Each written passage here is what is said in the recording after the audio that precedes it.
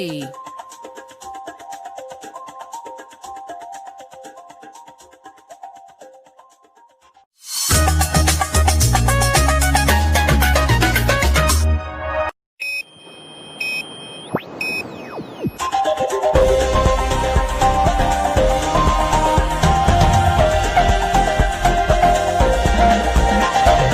Today on One, your daily dose of local affairs and social media commentary.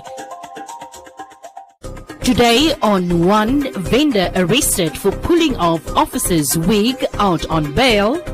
Manwu accused of neglecting workers. Sculptor urges artists to be creative during this time. And Ombudsman takes on the media's role during COVID-19.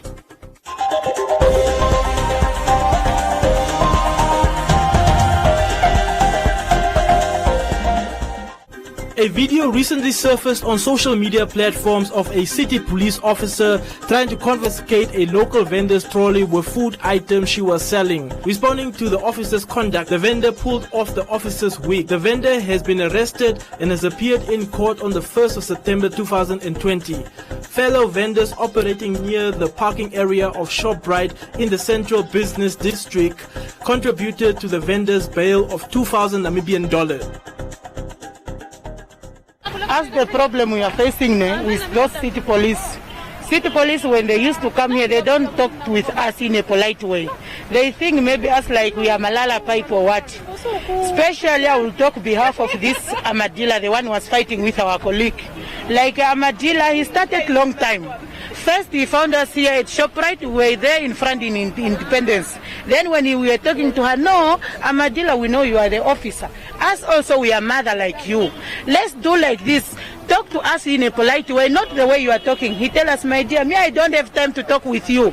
Because you must blame your mothers who give birth to you, who didn't take you to school. And Mr. President, he must talk to Mr. Kanyime and Shikesho to tell them, to tell their workers nice how to treat people, not to insult. And us also, we are having a right. If a city police beat me, I will not stand just like that watching him because of that uniform. That uniform, us, we don't care about the uniform. We care about our living. They must not think even if they swear that uniform come and no one will touch. Us will touch. Because we will touch them, they don't respect us. They must respect us also will respect them.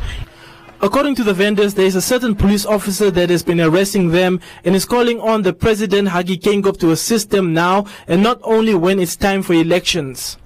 All I want to say is my words are going to Mr. President Hage. We vote him as a president, but how do the president see us in this situation?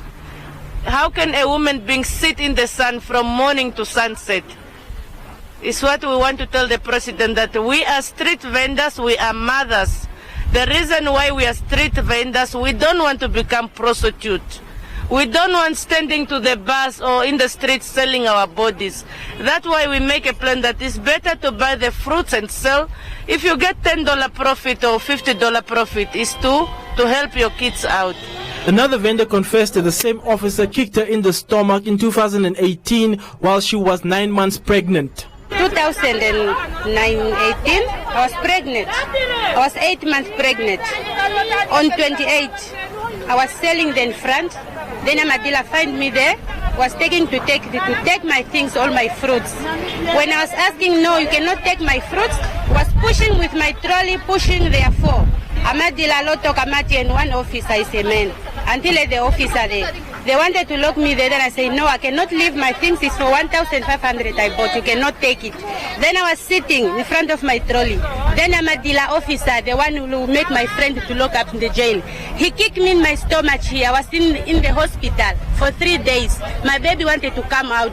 I opened for her a case, but until now, how that case until now is not being responding, how come? Because it's an officer, because I'm a normal person or what? Approached by Today on One for a comment on the matter, City Police Chief Abraham Kanime said that vendors should trade only at allocated locations and should not roam around in town. It's not an issue of a certain city police officer. It's an issue of city police members enforcing law and order. And therefore, I don't want to go to name dropping. Not only that of the police officer, even that of the suspect. The whole issue is city police officers doing their law enforcement in terms of any law in the country. We have traders that are using the food traders in Independence Avenue, so to say, where they crossing with many people. Some people are passing by, some people are crossing, and their foods in those traders, they are open. Droplets are falling there. And that's why the officers are trying to do their level best.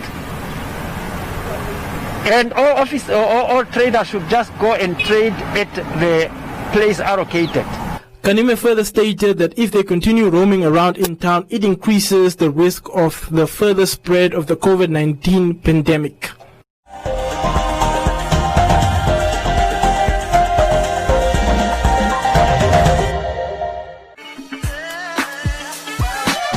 We always love to hear from you.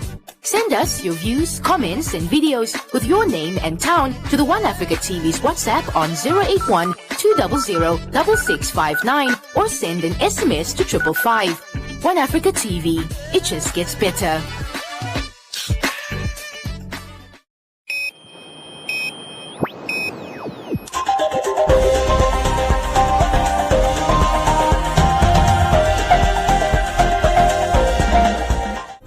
Workers residing at the mixed informal settlement who are part of the Metal and Allied Workers Union have accused the representative organization of failing to address their issues while continuing to take their contributions.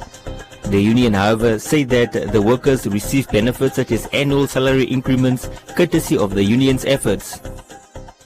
The inhabitants of Mix on the outskirts of Windhoek call the settlement their home, but most work at factories and farms in the vicinity. Several workers that work for a brick manufacturer say that they have lost faith in their union, Manvu.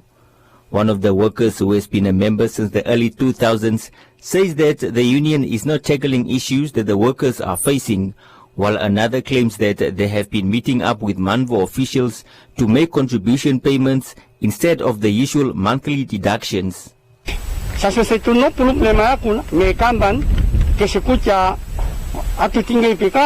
Saswanovo, te tu fi pohon dunin, silongwe se situli, kesikonjena.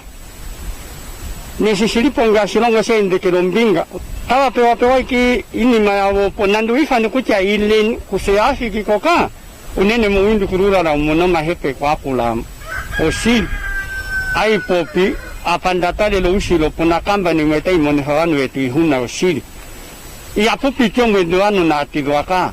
Ngenge tanyingwa beno hemba kulombela president we hangan amindisisi na wana wasukucha mehanga no le tuililo mamu bolo matungo hamukala mune president adhololo pe hangan hoike na walombela president senda 18 tasa 19 na iso tafut ya 19 tafut alu senenga mo lukwanga bebeni mali wana atufutiro ponga pomero po patsiku jimali wa ukapendi shaka ne shijukushe onu wafuta mweju mwinafuta anotapura kujimali watufuta pa ukapeni wetu nyamkwane kucha haye ngeno ngenge taksiku jimali wa wapi anje ngapeke kucha imali wa inyoye okane datu jana tufutu no tachimo kambanye ngashame andina no mutu pali ukapofi fitimala wakani kucha haye kanyenge tanana o tamfutu Kenya la sifike po 35. Today on One spoke to the Manvu Commerce branch organizer Naftal Nangolo, who explained that the union is familiar with the issue of the workers.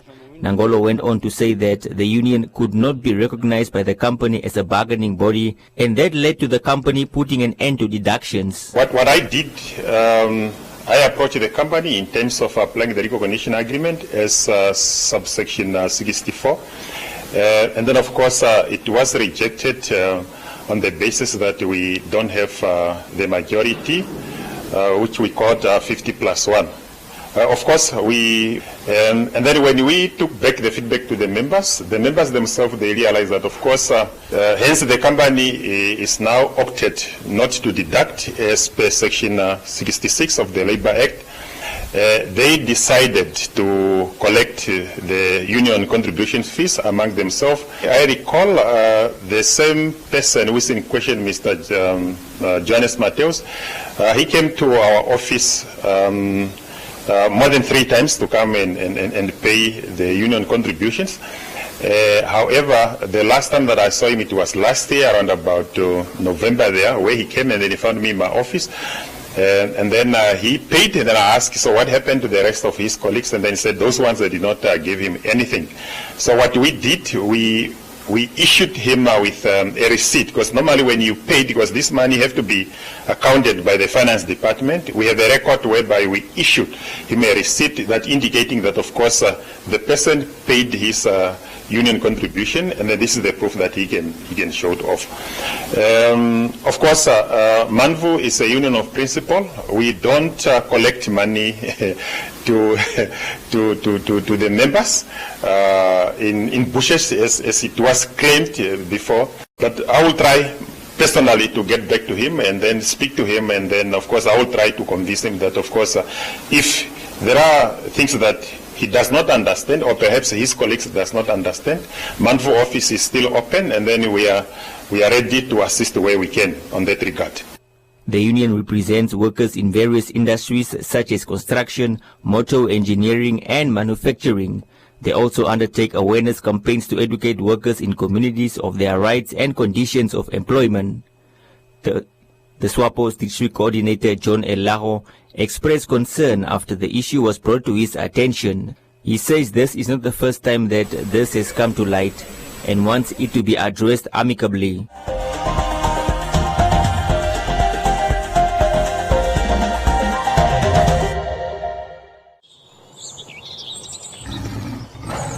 Hey, it's a jungle out there.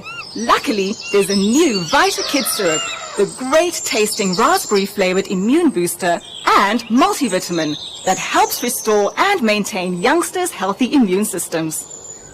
Vita Kids syrup also contains Ganoderma lucidum, a special mushroom that further helps boost your immunity. Vita Kids syrup, now available at all leading pharmacies countrywide. A proud FabuFarm product. Just what we need. Moms, also try the Vita Kids multivitamin drops and multivitamin drops with iron.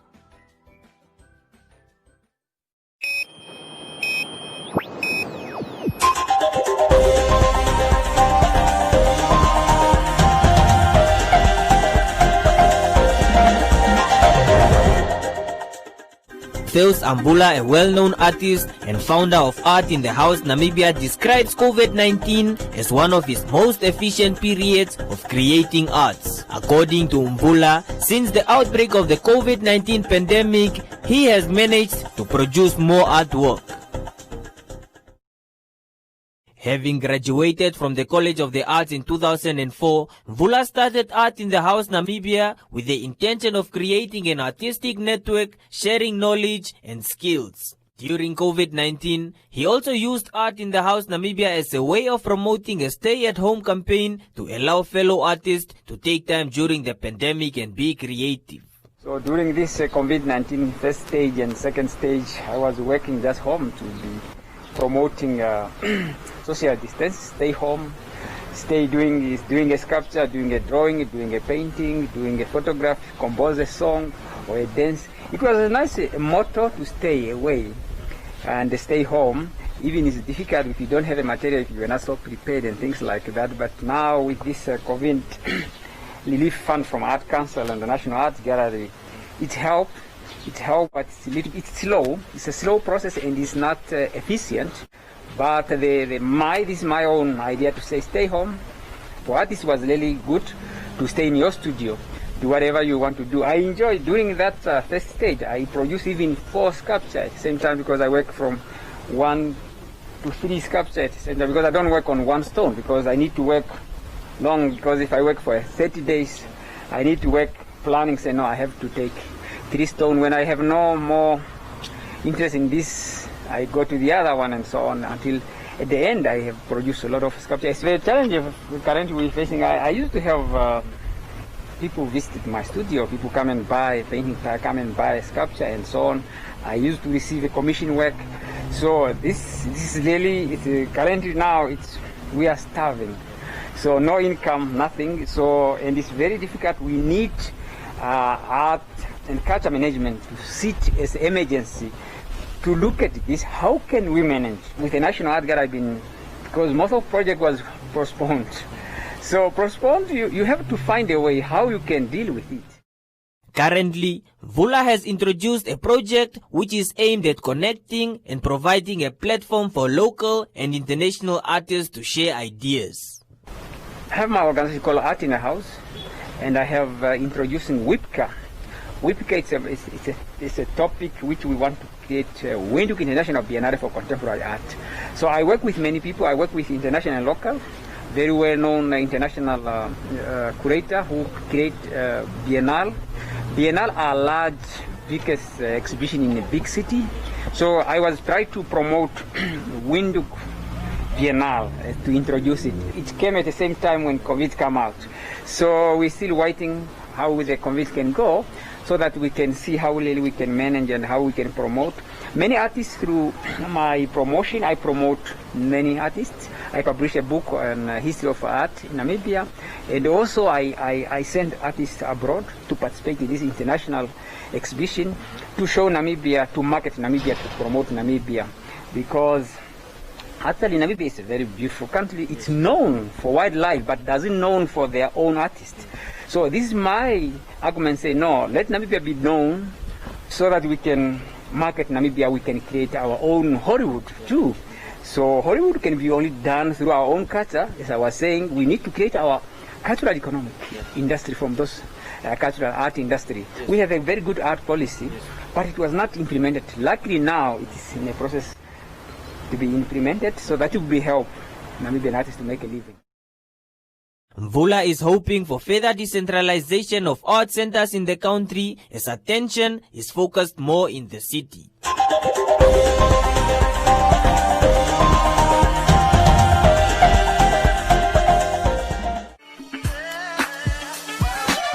Share with us on #LearnOn1. Tell us what you're learning and where you're learning it from. Send us your name and town to the One Africa TV's WhatsApp on 081 200 6659 or send an SMS to 555. One Africa TV. It just gets better.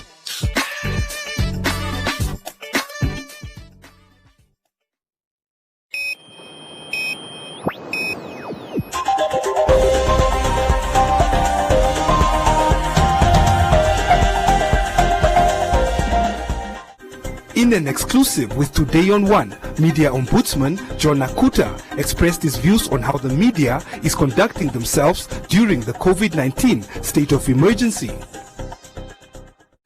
The COVID-19 pandemic has exposed the love-hate relationship between the government and the press, as numerous condemnations by self-regulatory bodies representing the media have been made against the state for allegedly committing acts of intimidation, muzzling, and assault against media practitioners. Today on One recently sat down with the media ombudsman to discuss how journalists are conducting themselves during the state of emergency.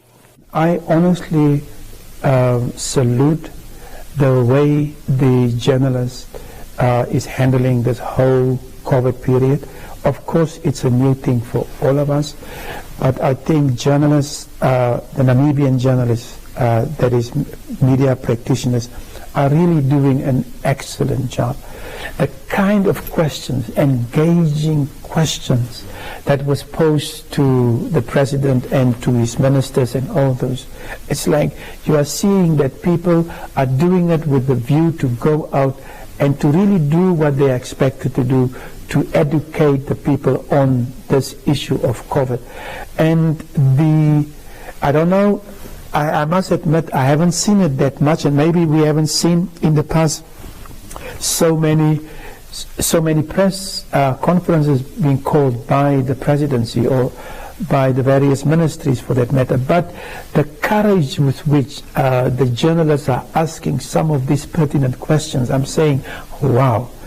But overall, I'm very, very impressed with what I see and how the media practitioners has really conducted themselves and came to the table in terms of fulfilling their role within the context of COVID-19.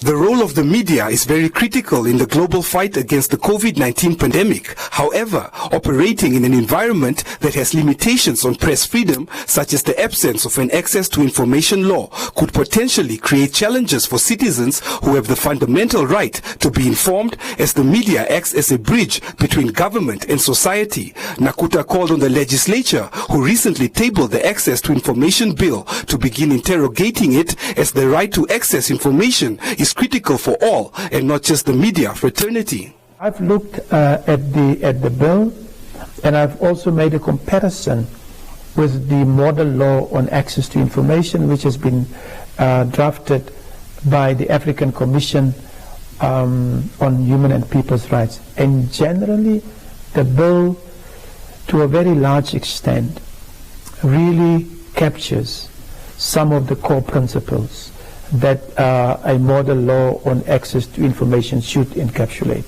And for me, that is a good thing.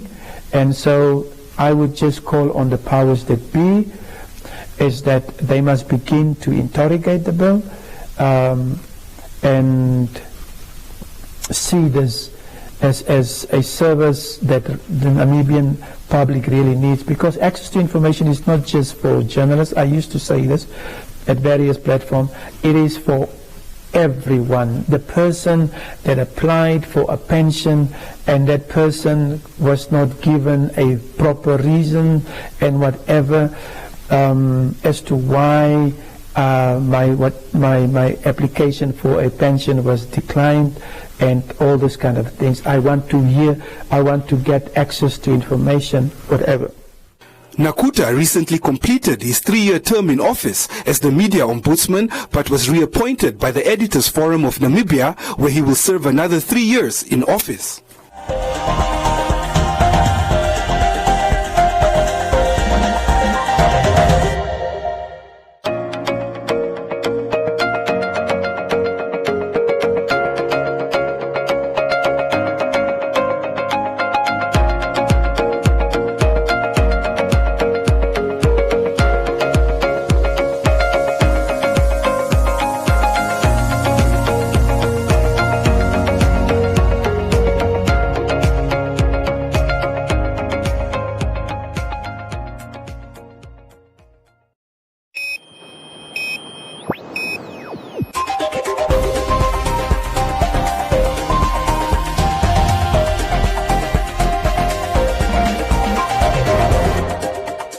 In other leading stories, the Government Institutions Pension Fund GIPF recently held a half-day investment media workshop at Lemon Tree in Windhoek.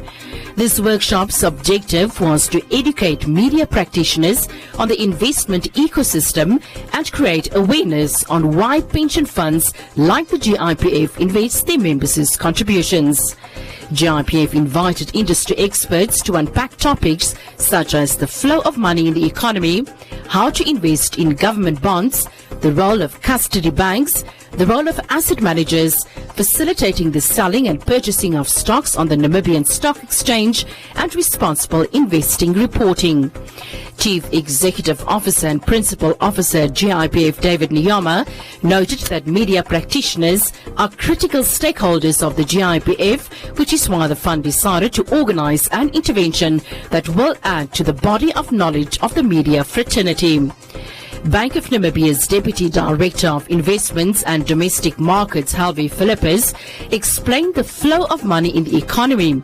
Philippus dismissed the sensationalized notion that GIPF is bailing out the government by stating that government bonds are accessible to anyone, as they are merely a financial instrument within the investment ecosystem. The full videos of the presentations will be available on the GIPF YouTube channel and the fund's other social media sites such as Twitter, Facebook and Instagram. And the Namibia Airports Company NAC is pleased with the prospects of restarting airports operations at Hosea Kutako International Airport as part of the country's Target International Tourism Revival Initiative.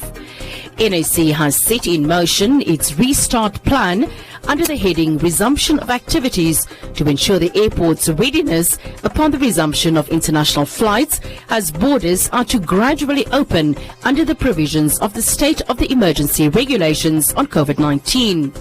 Social distancing measures such as floor and seat stickers, messages and mandatory wearing of masks are visible at the airport, as well as sanitizer dispensers, to mention but a few, and other messages via the public service announcement system. Welcome to Comments Corner, your daily dose of local comments from the hottest social media pages. The Groot Hope community received a delightful surprise over the weekend as the Perry's Heart Foundation turned up with gifts in the form of food parcels as well as face masks for the needy and vulnerable members of the community. Femi is proud of those that took part. Natasha said that she too wants a parcel because she misses Namibian food. Naki said, well done to the first daughter. Sisi said what they need is water and electricity. John said the masks need to be washed before they are used.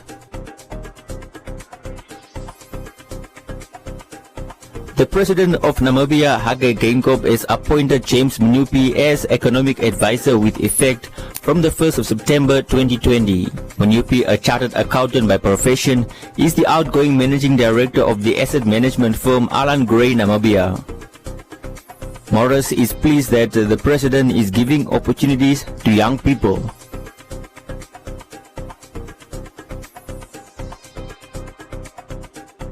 Asia said those who know James will agree that this was a great choice made by the President, as he will bring substantial value to the presidency.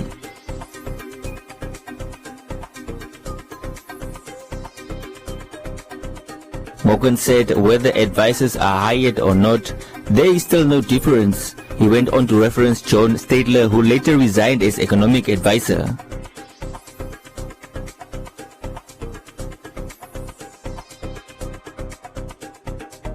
Elizabeth said that she too wants to be appointed by the head of state, even as a tea lady.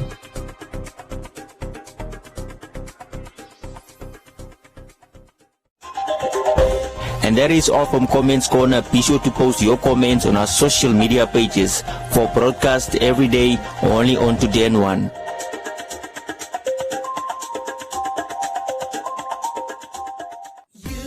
With trusted quality and great value on all Clicks brand products, switch and save. Buy any 3 Clicks skincare collection facial products, cheapest one free. Buy any 3 packs of Clicks Skin Essentials facial wipes, cheapest one free. And buy any 3 packs of Clicks facial tissues, cheapest one free. Or buy any 3 Clicks Made for Baby toiletries, cheapest one free. Clicks, feel good, pay less.